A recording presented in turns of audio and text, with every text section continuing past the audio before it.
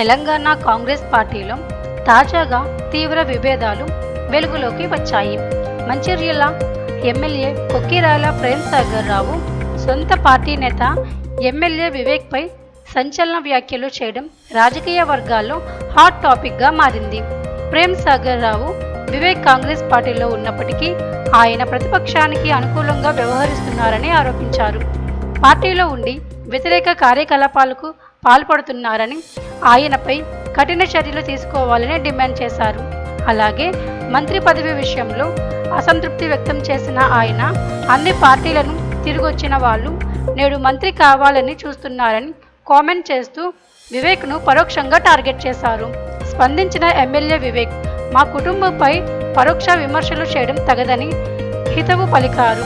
తాను ఎప్పుడూ మంత్రి పదవి కోరలేదని స్పష్టం చేసిన ఆయన గతంలో సీఎం రేవంత్ రెడ్డి స్వయంగా తన ఇంటికి వచ్చి కాంగ్రెస్ పార్టీలో చేరాల్సిందిగా ఆహ్వానించారని గుర్తు చేశారు.